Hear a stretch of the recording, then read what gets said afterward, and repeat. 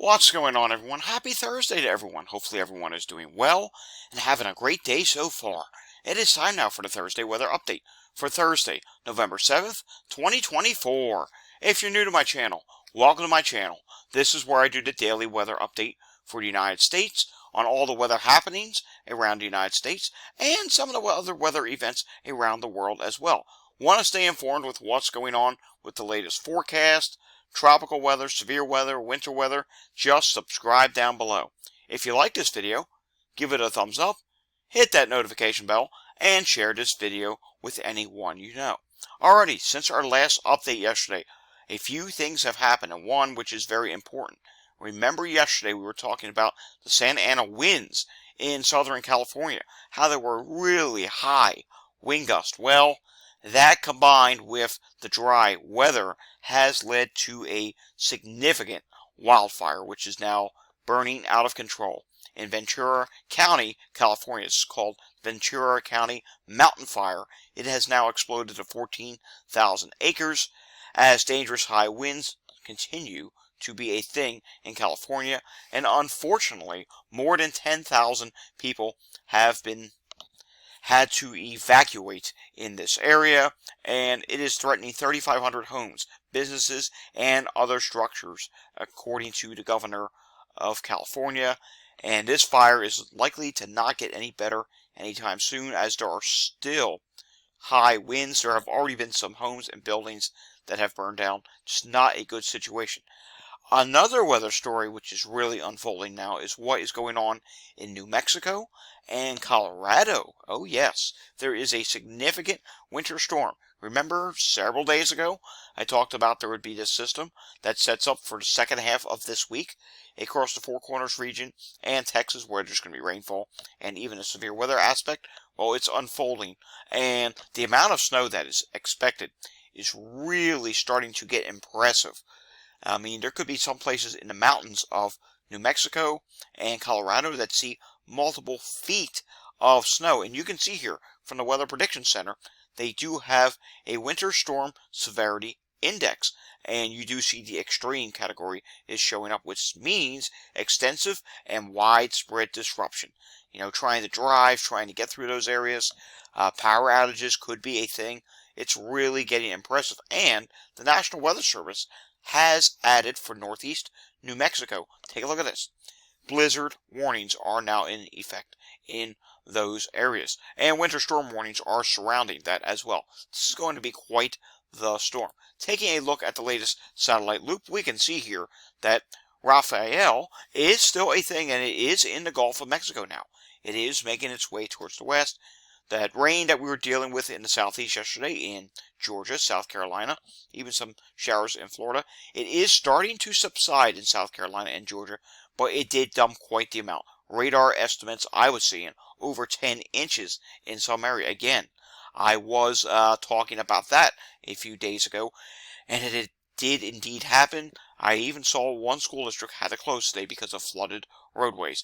Now you take a look in the Four Corners region, and here's that storm system I was talking about that is really going to dump the snow in the mountains. It's going to be a long duration event. It's not going to be, it lasts a few hours and over with. No, it started yesterday, and it may not exit the picture until at some point on Saturday. You can also see here, cloud tops are starting to build up in Texas, which indicates, hey, there could be some thunderstorms out ahead of this system. Let's take a look at radar. And we can see here on radar, the system continues to evolve. Albuquerque, New Mexico, at least at the moment, you're on a little bit of a lull. Texas, take a look at this. Strong to severe thunderstorms. There is, in fact, already a severe thunderstorm warning up for one of these cells in Texas. And you can see Colorado is getting in on the action as well. Still some heavy rainfall continuing across Savannah, Georgia, and portions of southern South Carolina. That should slowly shift to the southeast, and as the day goes on, slowly start to wind down. It's going to be a long process. Some showers in northern Florida today. Also some showers today across Louisiana, New Orleans. You are seeing some showers today. Let's take a look at the latest NAM model, and the big thing I want to show you this is that storm system that is over the mid-south. And you can see here, as I advance this, snow and rain is going to continue right into tonight and even into tomorrow. This system actually will get re-energized, and while you may see a lull first thing in the morning, look at this. Oklahoma, Kansas, very heavy rainfall develops. Some of this moisture pushes back to the west, and yet again the mountains just get pounded with snowfall, and this actually continues into tomorrow night, and then it slowly starts to taper on Saturday, and then this system tries to push eastward. Now let's take a look at what's going on with the latest from Hurricane Rafael, and I will switch this to the latest numbers. Rafael is turning west-northwest over the southern Gulf of Mexico, and it is still at 971 millibars for pressure, and it still is a Category 2 with 100-mile-per-hour winds. Again, it is moving west-northwest at 9 miles per hour. Here's the latest track from the Hurricane Center, and it is expected to remain a hurricane until about the 6 a.m. Time frame on Saturday. Then it will weaken to a tropical storm, and the Hurricane Center is saying it will then turn southward towards Mexico, not hitting the U.S. Though there is some model guidance that says, hey, it still could hit Louisiana as a tropical depression or a very weak tropical storm. I'm not in agreement with that. I'm going with what the Hurricane Center says at this point in time. Here is Rafael. You can see it still does have an eye wall, and it's going to be a slow process for it winding down, but it will wind down. I don't think it's going to strengthen anymore at this point in time because the environment just does not favor that. Taking a look now at the latest modeling guidance, you can see there are a couple of tropical plots that still say, hey, it's going to turn to the right and go towards Louisiana. The majority of them do go towards Mexico at this point in time. Taking a look at the intensity guidance, the majority of the intensity guidance has a gradual weakening. And as we head into Saturday, it does go back to a tropical storm, and eventually it does fizzle as it gets to Mexico. Not going to be much in the way of impacts, but the one thing is, it could actually slow down somewhere around there. There's a lot of modeling guidance that says, hey, it's just going to slow down and just meander in the Gulf, but it's not going to really do much. It may still have a name, but it really will slowly but surely weaken at this time. Taking a look at the Storm Prediction Center for today, there is a slight risk of severe weather across portions of central Texas, where the threats for today, 5% tornado area, 15% wind, and hail 15% as well. As noted, there is already a severe thunderstorm warning within that, and another marginal risk again tomorrow. This may get increased to a slight risk as that system continues to unfold. On day 3, we do see no marginal risk areas at this time. If anything got added, it would be somewhere between Louisiana and Arkansas. Taking a look at the Weather Prediction Center with the precipitation for the next 1 through 7 days, you can see those places that got the really heavy rainfall yesterday and last night in South Carolina and Georgia, not so much anymore. It's going to be a bit drier. Now, there'll be some chances for rainfall, but not as much. And take a look at this.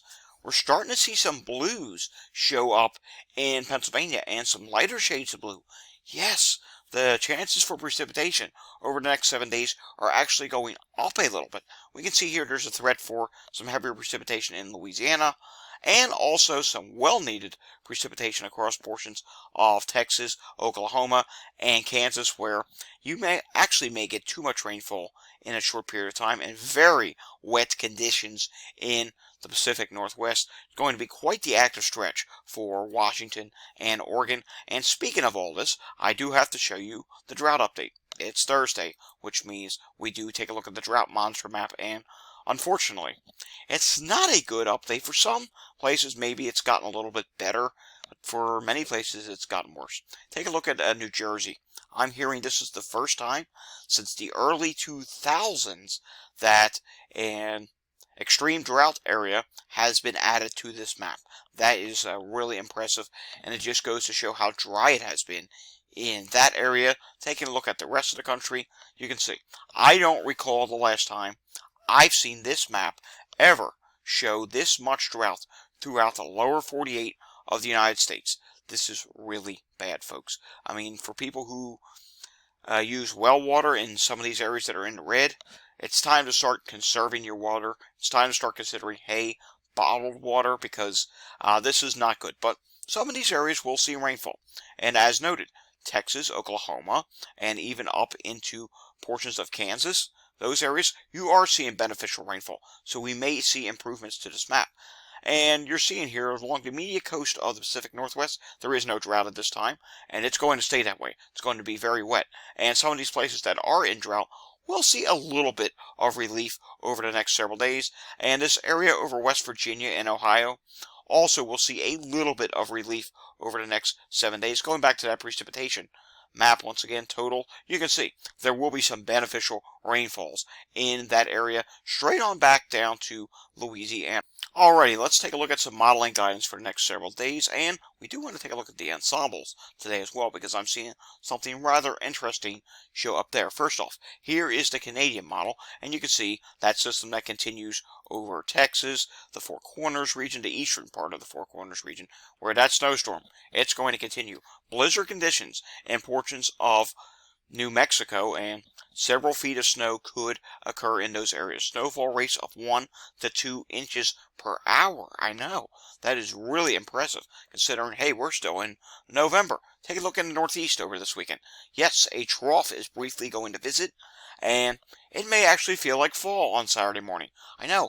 Here in Philadelphia right now, it is 78 degrees. I'm looking at my weather station. It's 78 degrees. We've actually exceeded expected temperatures here for today, and there is a slight change showing up on the ensembles, at least in the mid-range. We'll get to that in a moment.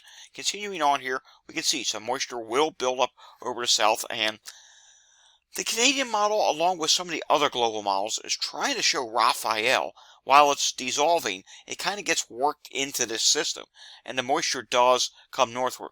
We'll have to see if Raphael does end up getting pulled back to the north.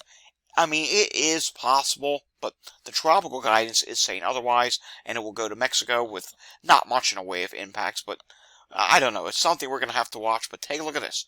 Over the weekend, late weekend, Sunday evening, some rainfall in the Northeast, maybe quarter to up to a half an inch of rainfall. Hey, we'll take what we can get, and quite honestly, a lighter rainfall event would actually be better, because anything heavy is just going to run off the dry ground.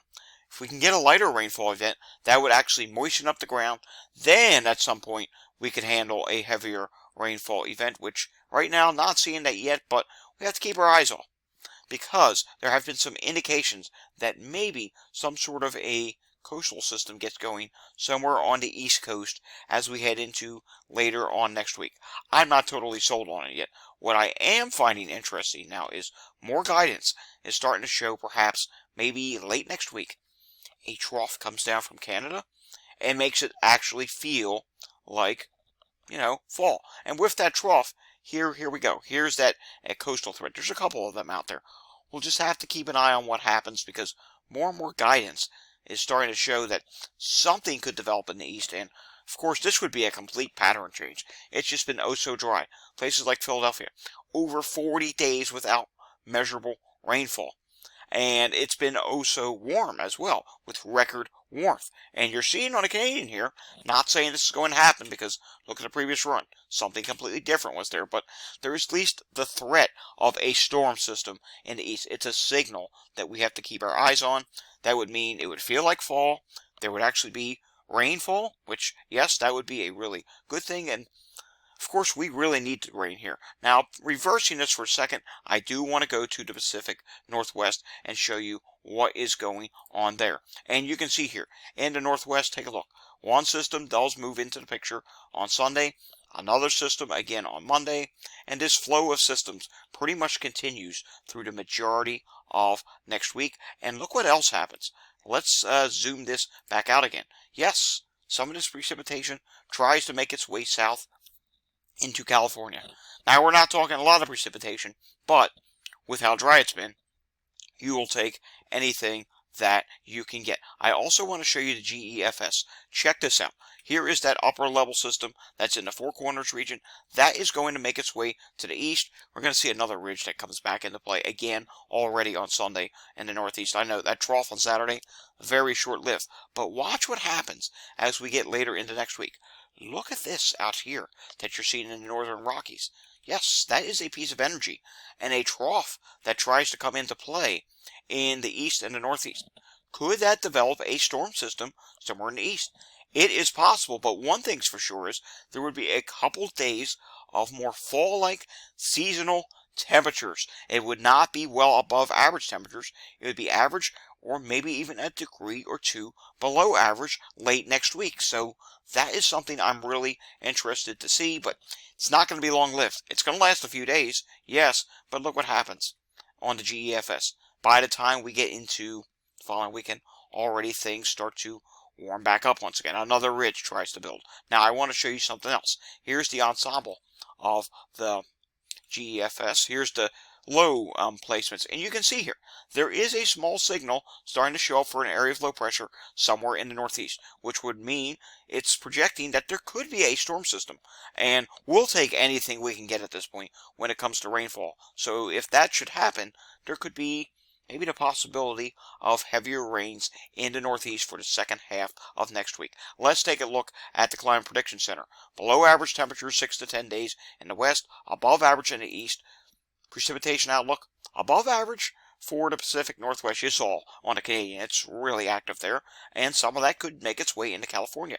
Just slightly above average for a good portion of the rest of the country, like Chicago, the upper Midwest, Dallas, Texas. You're right on the fringe of that, near normal south there. Near normal from North Carolina all the way up into New York City, Boston. And then we take a look at the 8 to 14 day temperature outlook. This could be slightly overdone in the east. If that little trough does come in for a couple days, erase this. It would be a little bit overdone. We would actually see near normal temperatures in the northeast. But because it's so short-lived, you still see the above average shades showing up here. Below average temperatures in the west. Taking a look at the 8 to 14 day precipitation outlook from Chicago back to Minnesota, back to North Dakota, South Dakota, Boise, Idaho, just to name a few places, above average precipitation in the 8 to 14 day time frame, and places like Orlando, Florida, Greensboro, North Carolina, Boston, and even back to New Orleans, near normal precipitation for you. But again, should that system I'm watching for late next week show up, we would probably see the slightly above average precipitation shield show up. Right now, it's still in the early stages, as if there's going to be anything at all. There's a possibility that it ends up being nothing. But it is a signal, and I thought I would show that to you today. Alrighty, folks, that does it for today's weather update. We'll have another one again tomorrow. You can follow me on Climate Data Report on X. You can follow me on Climate Data Report over on Blue Sky as well. And of course, if you want to know when I do my latest videos here, maybe you're new, just subscribe down below. Hit that notification bell. If you enjoyed this video, give it a thumbs up. Share this video with anyone you know, and of course, leave your comments down below. I will see you all again next time. Until I see you again next time, have a fantastic Thursday afternoon, and thanks for watching, everyone. Bye-bye. Take care.